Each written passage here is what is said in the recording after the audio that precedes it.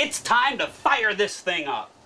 Welcome aboard ShipShape TV Essentials. This is your port of call for the most impactful upgrades, expert advice, and hands-on solutions from seasons past. This episode is proudly brought to you by SureHold, because anything worth doing is worth doing bright. From cleaning to protecting and perfecting, SureHold has everything you need to keep your boat shining.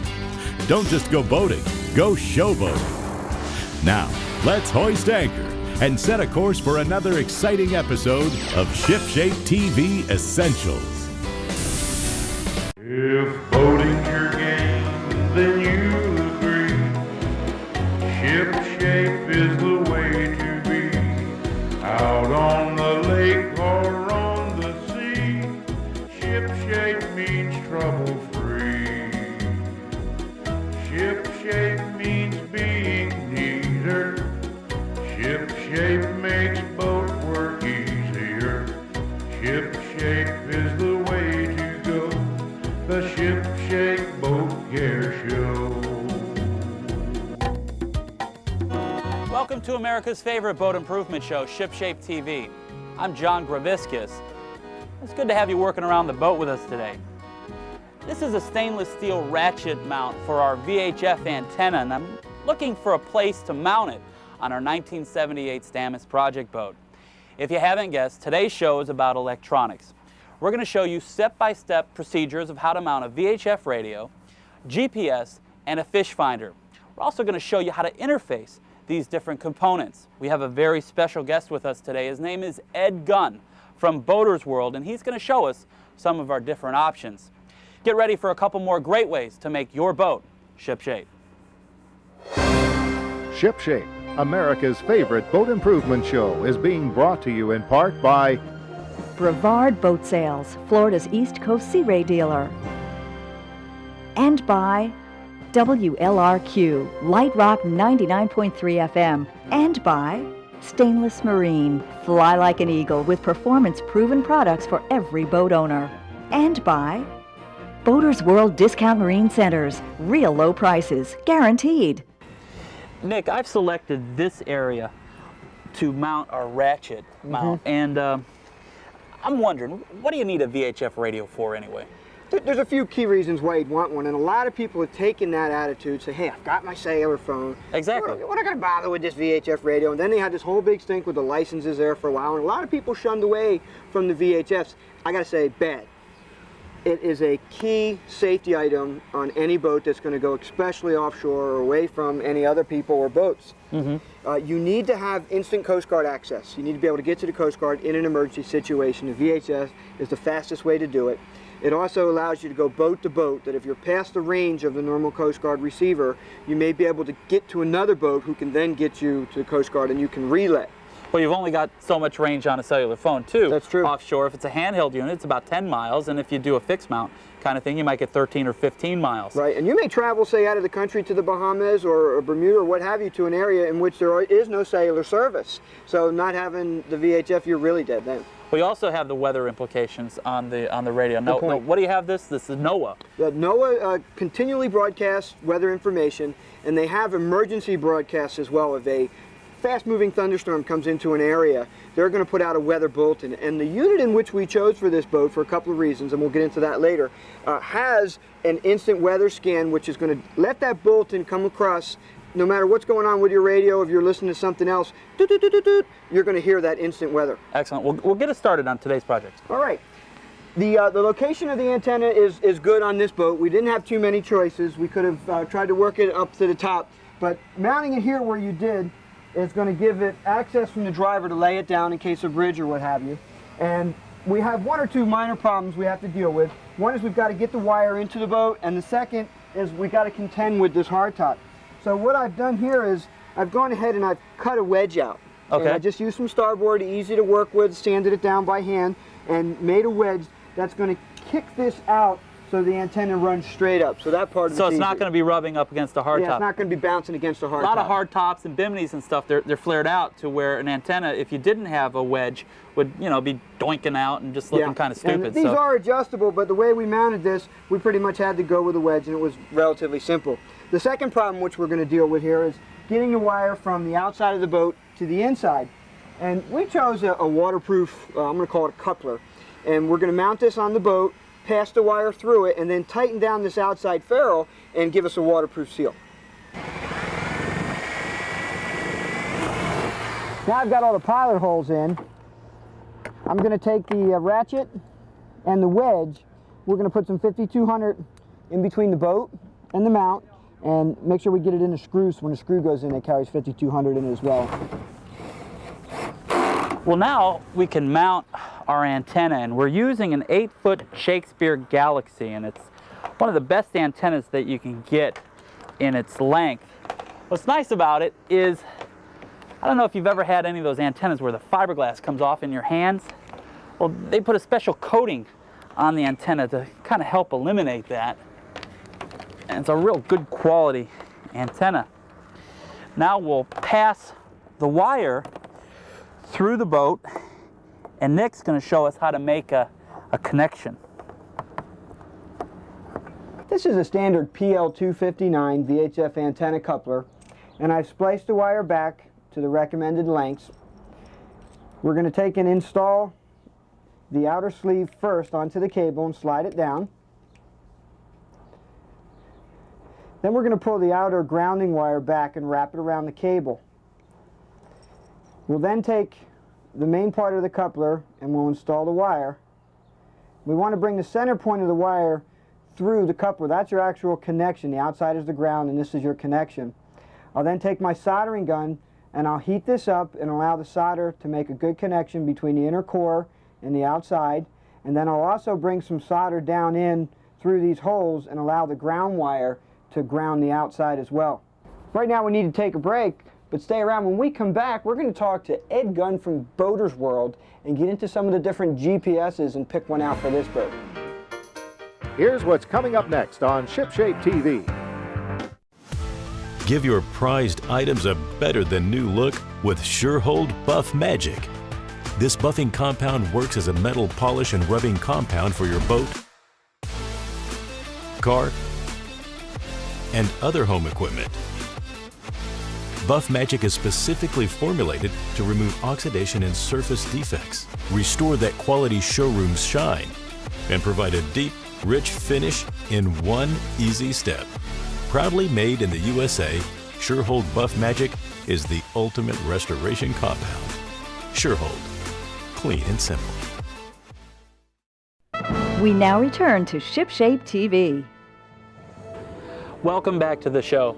We're talking about electronics today on ShipShape TV, and with us is a very special guest. His name is Ed Gunn, and he's with Boater's World. And Ed, you brought the Garmin line of GPSs out today, and I was hoping you could show us some of the different models that Garmin's putting out today. Yes, John. Over here we have handheld GPSs, and then we have our fixed mount line.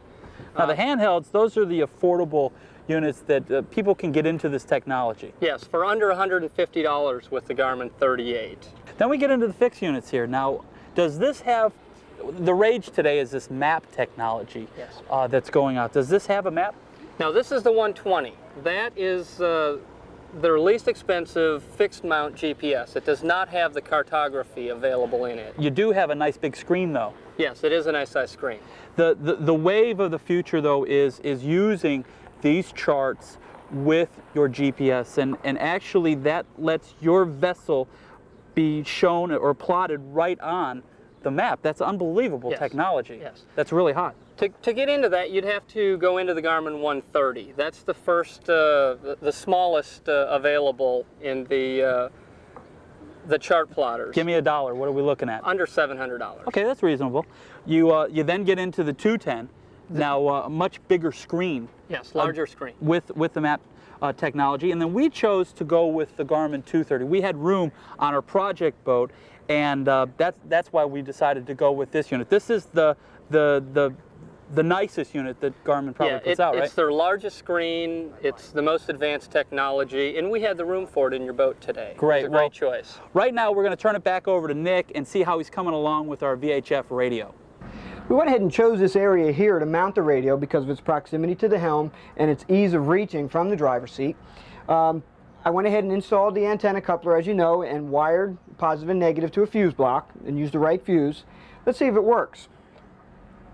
Channel 66, radio check, Sailfish Marina, vessel shipshape, over. This is the Sailfish Marina KGB 929. You're coming back loud and clear. This sounds like Nick from Shipshape. It sure is, Tim. How you doing today? This must be the point in the show where you guys have a look at the new boat. And it is. Why don't we have a look at it together?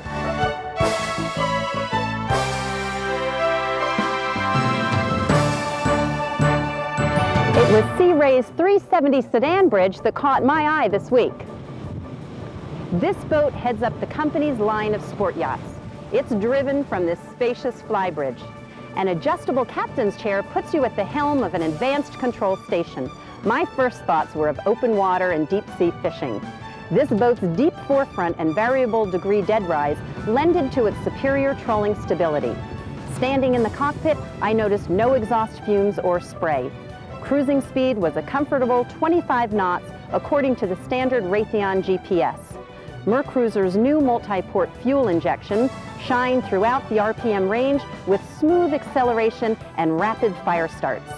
I've owned a lot of boats in my life, including 5 Sea Rays. I currently own 3, including this 37. And the things that stand out to me about Sea Ray is, first of all, their quality, reliability, value, and durability.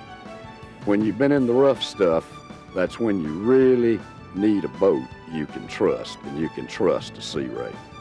With more than 50 models ranging from 14 to 65 feet, Sea Ray is the world's largest manufacturer of quality pleasure boats. All Sea Ray boats are designed to be used in every sense of the word. That is real obvious here on this 370 sedan bridge. Particular attention to each and every element that contributes to a safe and pleasant trip aboard a Sea Ray. Manufacturing facilities in Merritt Island and Palm Coast, Florida, have each been certified along with the other 4 facilities. Sea Ray is the only recreational boat company to receive the most stringent evaluation in the boating world, ISO 9002 from the International Organization of Standards. The reason the Sea Ray's resale value is so high is the incredible amount of workmanship that goes into every Sea Ray. We're Brevard Boat Sales. We've been a Sea Ray dealer for 3 years now. And we're very excited to be the Sea Ray dealer. We do a lot of fun things with our customers. We have the Getaways programs where we do trips with our customers. We're going to the Bahamas this summer. It's just a lot of fun. Can't beat owning a Sea Ray. What really sells this boat is its interior. A gigantic salon filled with luxury. Ice maker, AM/FM cassette with CD player, TV and VCR, and a luxurious galley. What I liked about it was the large countertops and spacious cabinets, a molded-in sink and built-in coffee maker. The oversized refrigerator and 3-burner stove make this boat ideal for entertaining. The master stateroom with full-size bed gives total privacy. Closet space is in abundance. The large head is accessible from either stateroom. This boat comfortably sleeps 6. I got to tell you, we made a fantastic buy on this boat. Normally it's about a $260,000 boat, and this boat can be bought for around $200,000. And we're talking about a loaded boat. With the cockpit layout, it's great for fishing. It's got a huge cabin, nice sleeping accommodations, and with the fly bridge, it's just real easy to drive a boat like this. We've really got a great deal here. It's impressive to find such refined performance and luxury in such a small motor yacht. Reporting for Shipshape TV, I'm Elizabeth Saunders.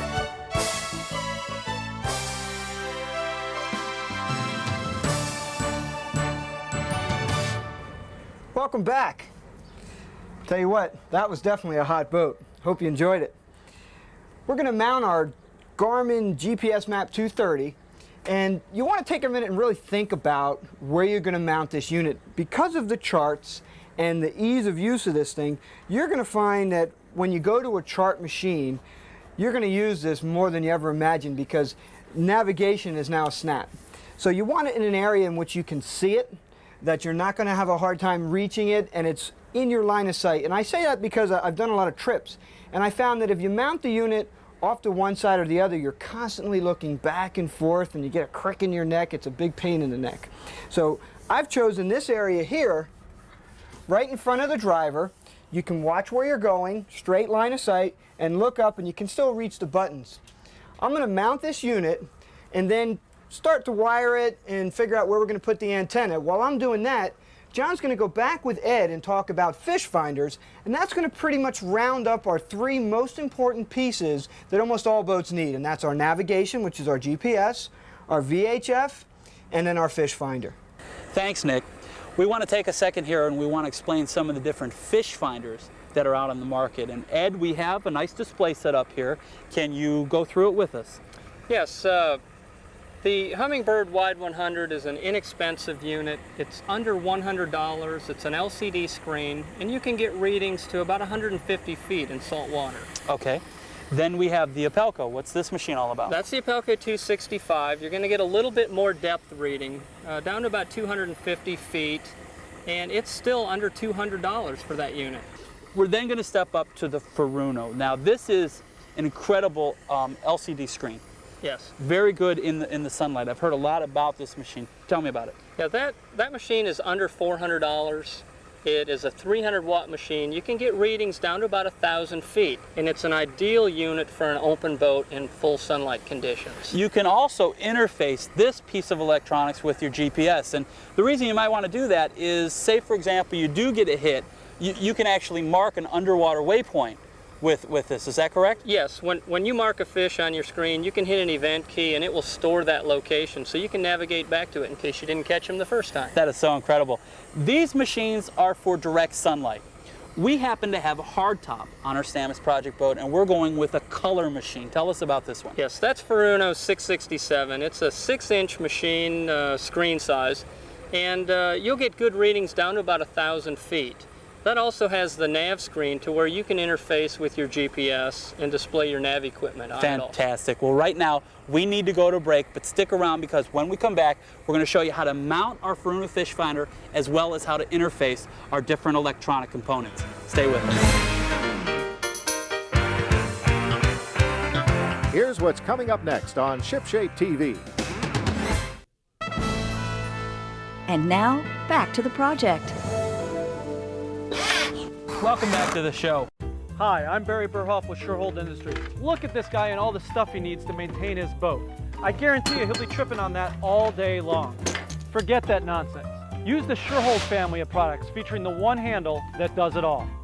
Surehold has over 40 different quality attachments that easily locks into place. Deck brushes, mops, squeegees, scrubbers, paddles, boat hooks, and even a camera adapter. Whether it's for your car, truck, RV, or boat, keep it clean and simple with Surehold products. This is the antenna for the GPS unit, and Nick, why don't you give everybody a heads up of how we installed this? Well, John, we wanted to give the antenna a full 360-degree view, so we chose to put it up here on the hardtop so we didn't have to worry about any obstructions and make sure we got all of our satellites. And this particular unit will read 12, so we want to give it the capability of seeing all 12 at once. We were fortunate we were able to go straight down to right behind the unit where we mounted it underneath and pop right out with the antenna, and we ran our antenna wire right through this hollow tube, so it's a nice clean installation. What about the unit itself? What did you do with the wires? Wasn't too bad. I went ahead and mounted the unit on the hardtop where we marked it, and then I passed some wires down along the front of the windshield and down into the cabin area. Once I was in there, I had a rigging trough or a wiring trough. I was able to pull my wires down and attach them to my fuse block. Well, right now we're going to show you how to mount the transducer for the fish finder. Come on down and we'll show you how to do that. We selected this area of the transom to mount our transom mount transducer. And Nick, why did we do that? John, we wanted to give this transducer a good window, and we wanted to keep it away from the footprints of the engine. So we have got one engine here and one engine here, and we've got trim tabs mounted on the outside, so we couldn't really go outside. Actually, it's closest to the center of the boat you can get your best reading also. Well, we had to stay away from the center here because this is where our drain plug is going to be. That's true as well. So we went off a little bit to this side. Now there's also, there are different types of transducers that you can mount on your boat. This is a through-hull transducer, and whenever you mount one of these, expect to spend about $100 more. We'll set this in place with the 3 screws, and we want the transducer to stick out below the bottom of the boat about 3/8 of an inch. Up to a 1/2 inch, you're about pushing it, depending on the type of boat you have, and we just made out with the amount of room we have here. Absolutely. I ran the transducer cable from the bottom of the engine bracket up to the engine and then passed it through along with the other wires that it takes to run the engine from the transom. And I ran it down along the port side here, and we're going to drop it right in on top of the dash here. Now I've got a couple more wires to hook up, and we've got to figure out exactly where and how we're going to mount this color fish finder. We're about out of space on the driver's side, so here on the passenger side, it looks like our best bet would be to put it right about here, angle it over towards the driver so the driver can still see it. At the same time, the passenger or other people in the boat can watch the machine as well. We've got the transducer and then a power wire. That's simple, positive and negative. And then we've got an interface cable. Now I'm going to run this power and this interface cable down along in front of the windshield and underneath the rigging trough that we used for the GPS also. And I'm going to bring this over to the wire from the GPS, and we're going to take a NEMA format, which is a format which transmits electronic data from the GPS here into the fish finder, and we're going to make this interface connection. I'm going to do that down inside the cabin here. Why don't you come along and we'll splice that back and make the connection. Okay, we have the wires pulled through here into this rigging trough, and I've pulled them down. And this is the interface cable from the Furuno machine. I've got a yellow and a green according to the instructions, which are my positive and negative for the NEMA. And then I have the wires coming out of the GPS, which I have the blue wire according to the instructions, and please check the instructions because every machine's different. And this is the positive for my NEMA coming out of the GPS. So I'm going to take the blue, which is positive, and hook it to the yellow, which is positive, on the data cable. And what I'll do is I'll twist them together, and then I'm going to come back and I'm going to solder them. I like to solder these small wires, especially the interface wires. They're real sensitive. Get a good connection, and then heat shrink it up afterwards. And then I'm going to take the green, which is the ground, and I'm going to hook that in along with the chassis ground, or the ground coming right out of the machine itself, and I'll make a connection here. Since that's a bigger wire, I'm going to go ahead and use a shrinkable crimp there.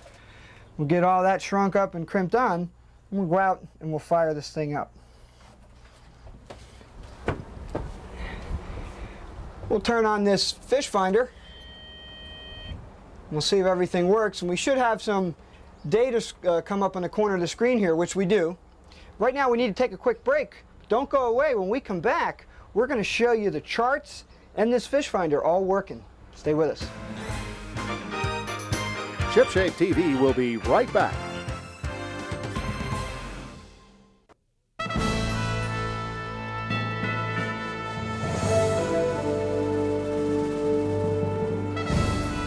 We now return to ShipShape TV. Welcome back to the show. The ultimate 3-in-1 boat hook from Surehold. Engineered to serve multiple purposes, this versatile 3-in-1 tool can be used as a traditional boat hook for docking and securing your vessel, for carrying a dock line to a pillar or cleat, for safely pushing off a dock space, and more. Compatible with all Surehold handles using the SureLock system, the Surehold boat hook is an essential tool for any successful boating adventure. Surehold. Clean and simple. It took us about 4 hours to hook up our 3 vital electronic components. And again, that's the VHS radio, the GPS, and the fish finder. Now, I want to thank Tony Proper from Garmin International. Tony sent us this 230 unit, as well as a Palm Beach chart. And this technology isn't available at the stores yet, but very soon it's going to be released. You can go to your favorite Boaters World, pick it up. This is incredible detail, Nick. Tell us some of the features. Well, John, we have here the chart of Palm Beach. This is the Intercoastal Waterway. And right here is marked Seminole Boatyard, where we're at. There's the boat facing the direction we're facing, on land, right where we're sitting. Just the features of this thing, we can go on and on with what's in here. Really good stuff. Mainly, I think, screen size is what separates this 230 from most of the other units out there. Fantastic. Well, we're about out of time. So, guys, until next week, keep your boat ship shape. Nick, I think the coolest thing.